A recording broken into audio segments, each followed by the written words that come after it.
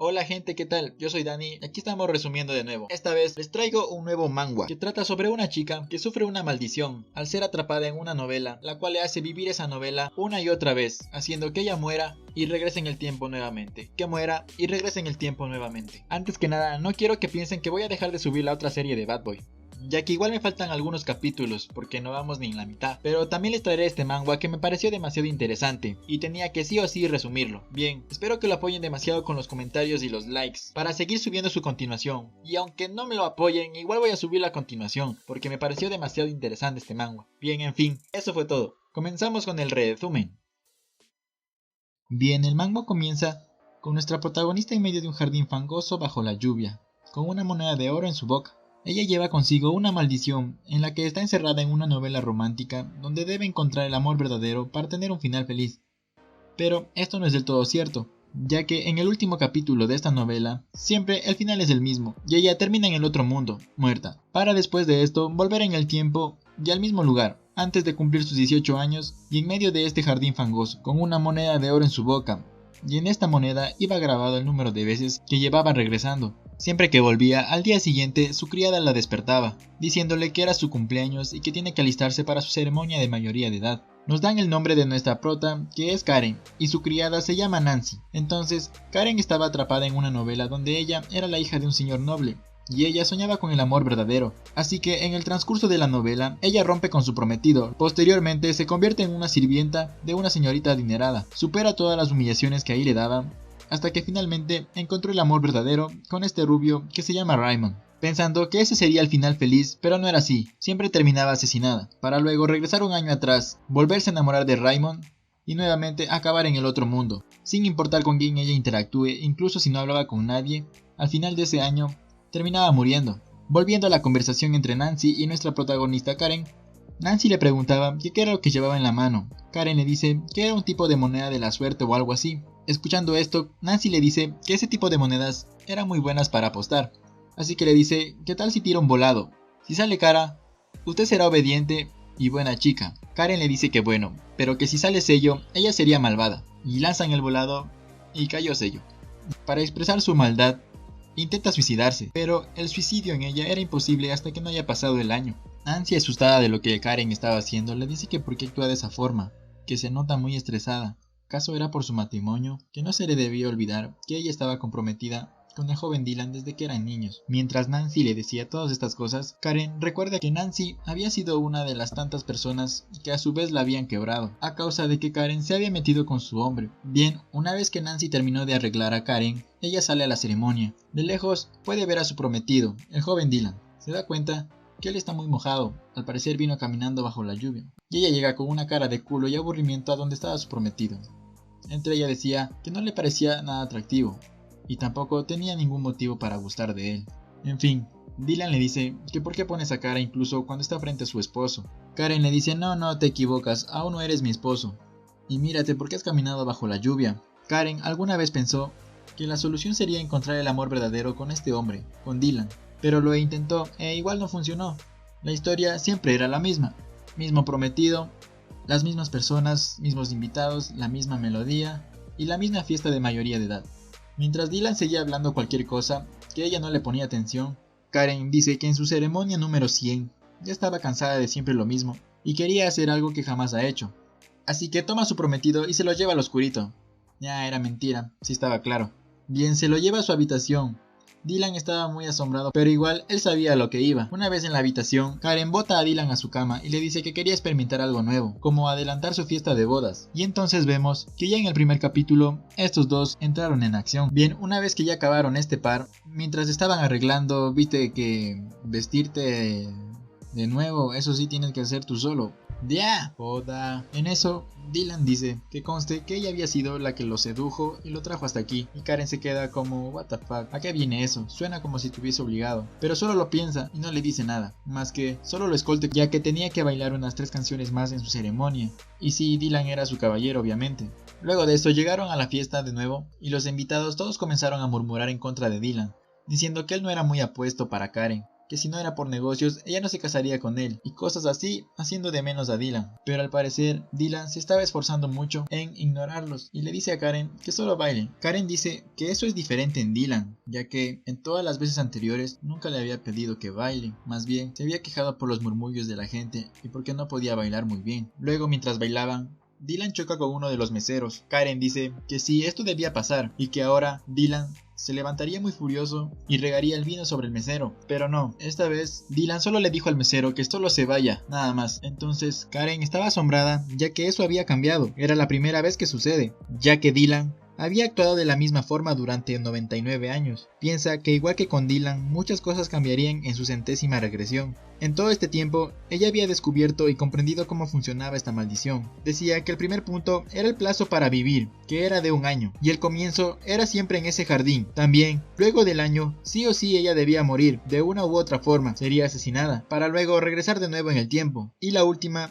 es que cuando regresa siempre lleva una moneda de oro en su boca, y en ella lleva grabada el número de regresión en el que ella va. Recuerda que había intentado romper esta ley cambiando cosas en su vida, como subir de peso o vender todas sus propiedades para fines benéficos.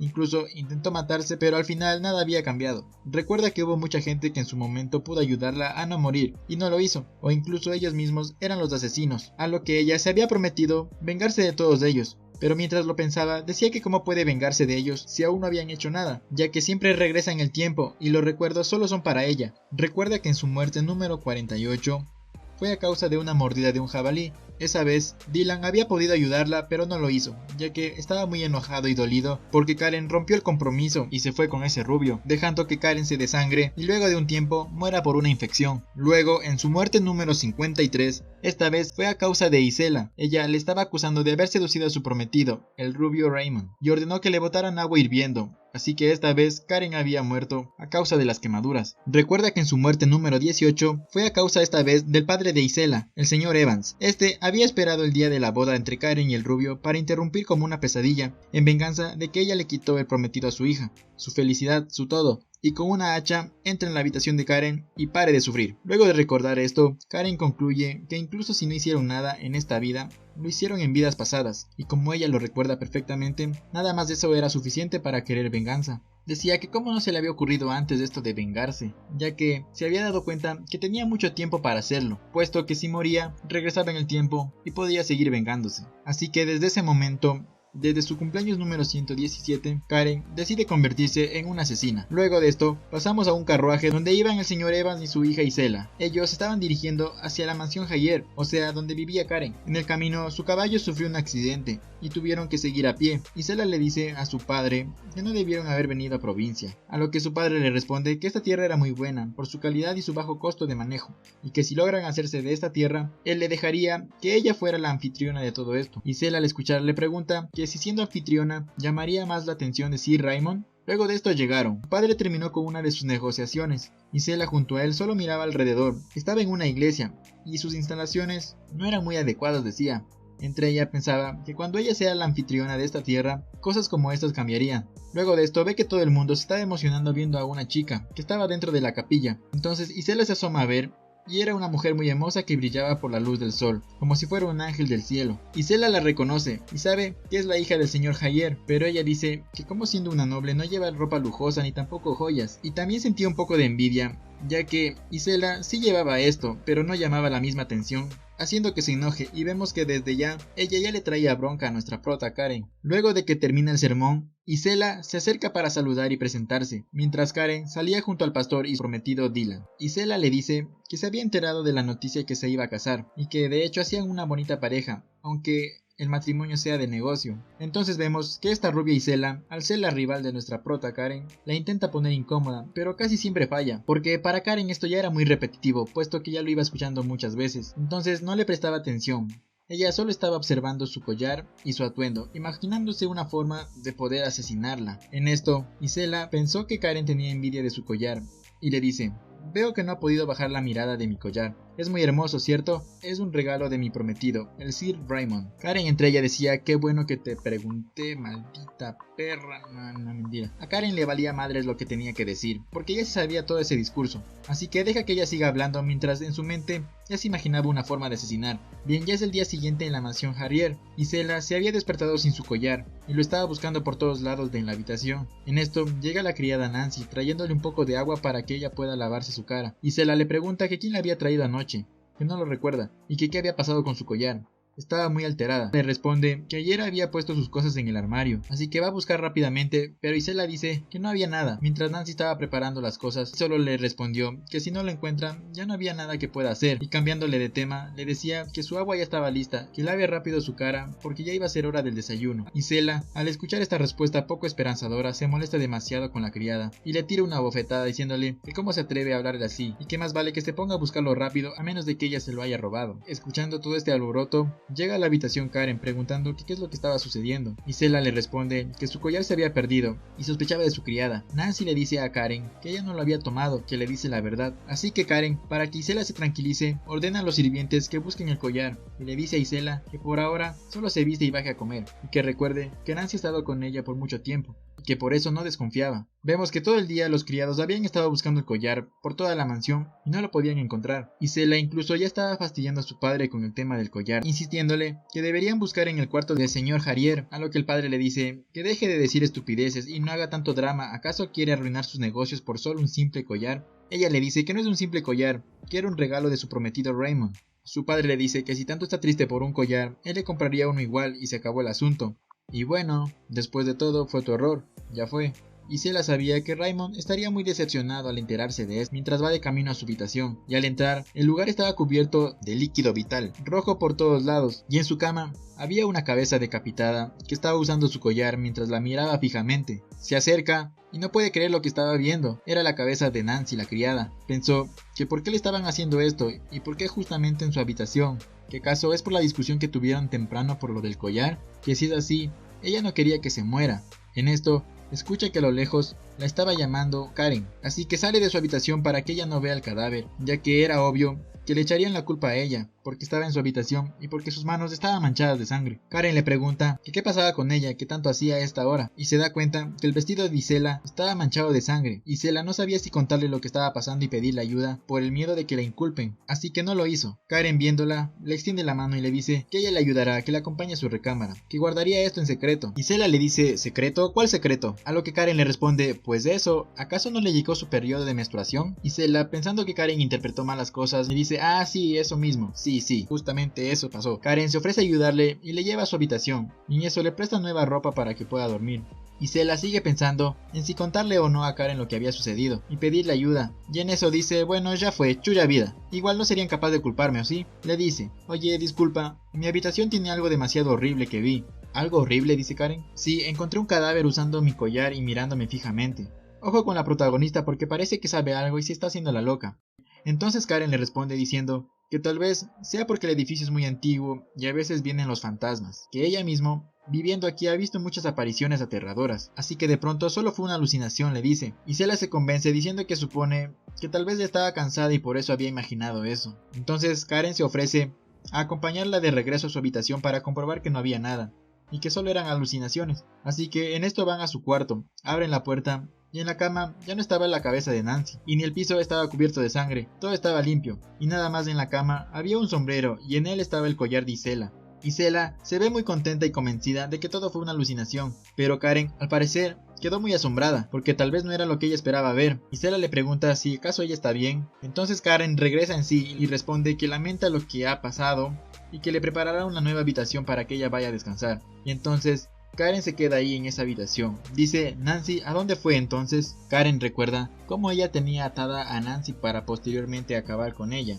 Ella estaba apretando muy fuertemente su cabeza y le preguntaba que cómo se siente, porque quería comparar, ya que ella había muerto varias veces. Luego la tira al suelo y le dice que se alegra que ella sea la primera de sus víctimas. Y entonces pone en práctica aquella forma de asesinar que se le había ocurrido mientras miraba el collar de Zela, pero ella lo hizo con unas cuerdas, así que apretó demasiado hasta el punto de mandar a Nancy hasta el otro lado. Karen no sabía a dónde fue Nancy o quién se la llevó, ya que definitivamente había sentido cómo ella estiró la pata, cómo temblaba y cómo se detenía su respiración.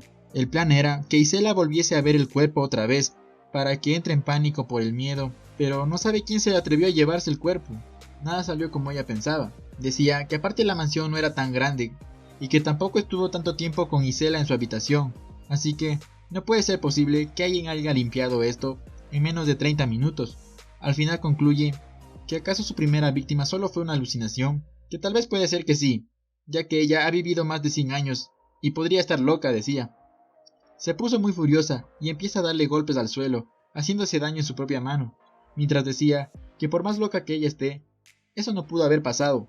Pero en fin, dice, bueno, está bien, tal vez no maté a Nancy, y nunca la dejé en la habitación de Isela, todo fue una alucinación, pero de esa forma no estaría cumpliendo la promesa de vengarme, así que piensa que si tal vez intenta con alguien más. Luego de eso, va caminando por el pasillo y se encuentra con uno de sus empleados.